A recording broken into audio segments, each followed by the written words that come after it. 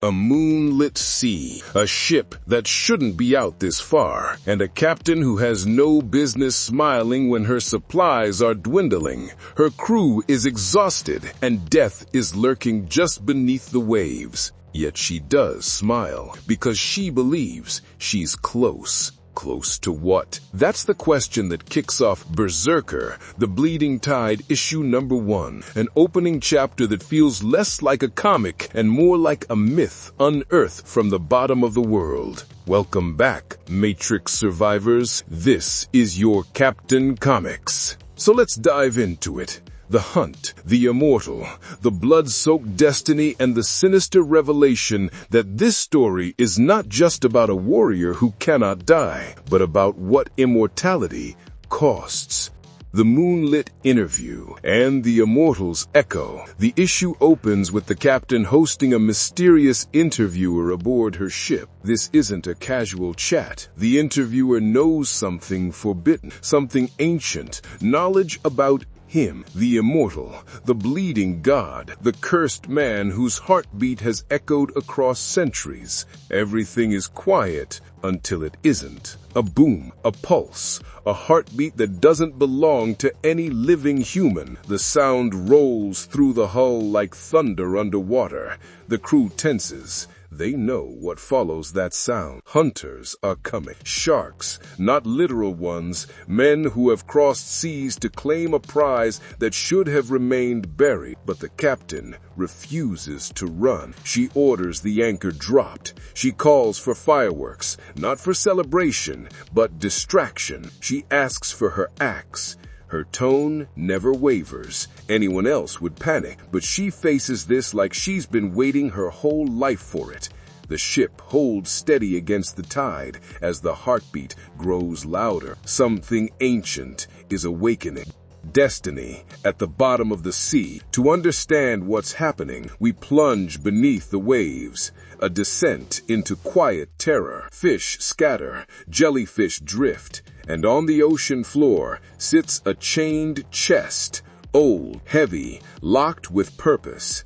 It's not treasure, it's a warning. This chest wasn't thrown into the sea, it was buried. Someone wanted it lost, forgotten, erased from existence. But fate doesn't forget monsters. Fate waits for someone foolish or brave enough to open the box again. Is the captain foolish or chosen? Her heartbeat matches his, and with a final metallic clang, the seal is broken. Destiny rises. The bleeding one awakens. The chest opens. Inside lies the immortal, still alive, despite being mutilated, torn, chained, pierced, and horrifically disfigured. His body is a battlefield, yet his heartbeat remains unstoppable. The crew recoils in fear, some puking, others frozen in place. They've heard legends, but legends don't prepare anyone for the truth. The captain looks at him with unnerving calm. She doesn't fear him. She doesn't worship him. She simply says, "Throw a sheet over him first." That one line tells us everything. She's not here by accident. She came for him. Whatever happens next, she planned for this moment. And the immortal rises, grotesque, ancient, hungry.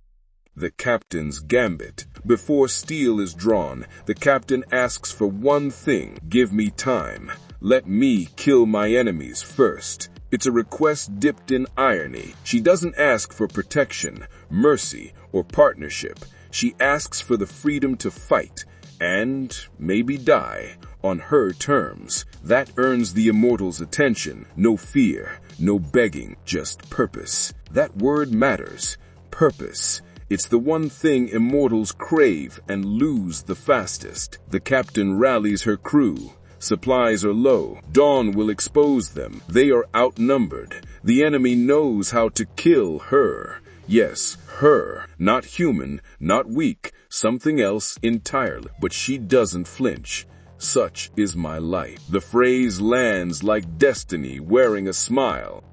Rome wants its demon back. On the horizon, a rival ship. Their mission is clear. Retrieve the immortal's body and return to Rome. They don't know he's awake. They think they're dealing with cargo, not catastrophe. The enemy captain debates sinking the vessel, a mistake.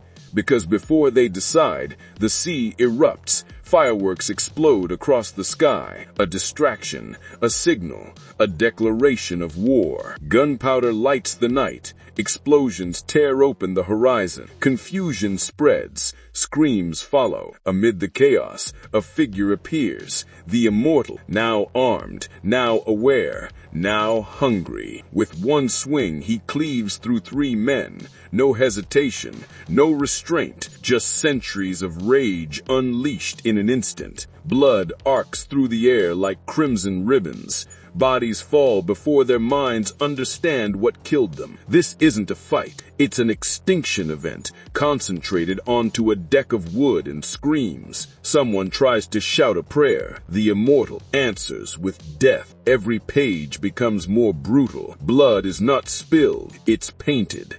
The Immortal doesn't kill. He disassembles bodies like they were mistakes needing correction. Bones crack, limbs fly. The deck is baptized in gore. A priest shouts, "The demon can be killed." His faith lasts 1 panel. He's ripped open, entrails spilling out like a confession no god asked for. The Immortal is built for one function, vengeance.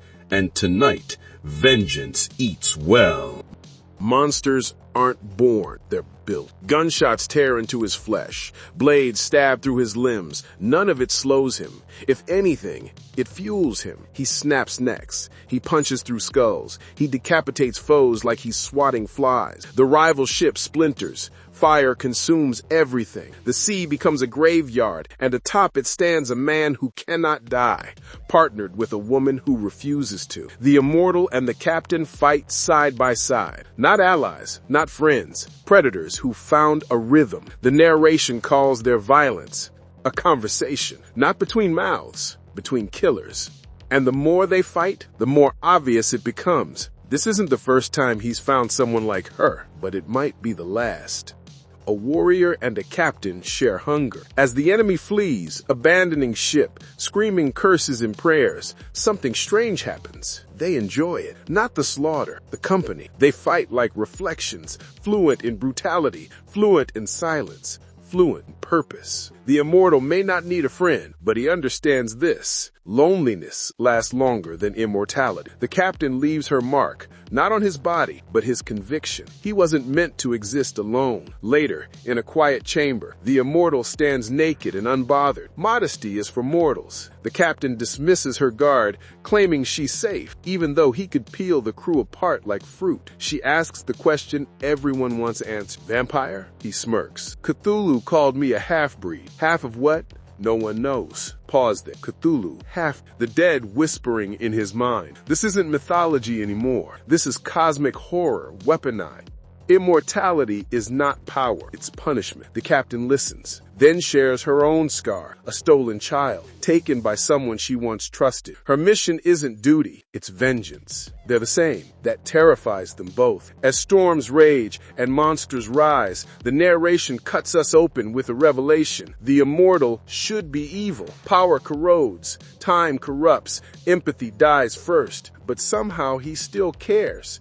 He still chooses to save others. That's not instinct. That's rebellion against destiny itself. The true miracle isn't his immortality, it's his mercy. The quest leads to an island named Dayu, where a child is kept like a key. The captain's ward, the reason she breathes. A sorceress, her bloodkin, wants the child for her own liberation. Creatures crawl from shadows, twisted bodies held together by magic, horrors made from time and hate. The Immortal cleaves through them with disgust. What a waste of power. To him, the monstrous isn't the body, it's the intent. Sound disrupts the spell. Blades clang. The horde dissolves. The path clears. The confrontation begins. Bloodline versus bloodlust. The sorceress sits on a flaming throne of resentment, waiting. Her first words drip poison. This is a family matter. 1,000 years of bitterness ignite. She once loved the captain's bloodline. Now she wants to consume it. The child will unlock her prison. Magic erupts. The Immortal senses something familiar, a presence. a memory soaked in ancient flame. Then the truth. He was cursed too. Their destinies were intertwined before the sea ever whispered his name. Steel meets spell. Rage meets regret. The sorcery screams about mercy. He answers with clarity. Your mercy was poison. Lightning strikes. Blood spills. The captain embraces her attacker with sorrow, not hatred. I'm sorry, she whispers. And with that, the tale of betrayal ends. But the consequences are just beginning. Blood shared, fate sealed. The Immortal gives her his blood, not as love, not as loyalty, as inevitability. She changes. Her heartbeat shifts. Her eyes awaken. She sits on a beach at dawn, terrified and grateful. You shouldn't have given me your blood. I can think of worse fates. He gave her eternity. She gave him purpose. The exchange is complete. Their final conversation is deceptively simple. Shoes, childhoods, poverty, memories, tiny mortal things, more powerful than any curse. He tells her to think about her humanity for the next few thousand years. She snaps back. Shut up, old man. The tide rolls in. The myth breathes out. And a god who bleeds finally smiled. Our nerdy thoughts. Issue number 1 isn't just a chapter. It's a thesis. Immortality is not strength. Violence is not identity. Purpose is not given. It's chosen. The bleeding tide isn't about what the Immortal can do. It's about what he refuses to become. And now that he's found someone who understands that burden, the real question isn't what happens next. It's what happens when Immortals stop running. Because if this first issue proved anything, he isn't done bleeding. He isn't done fighting. And this tide, it's just beginning.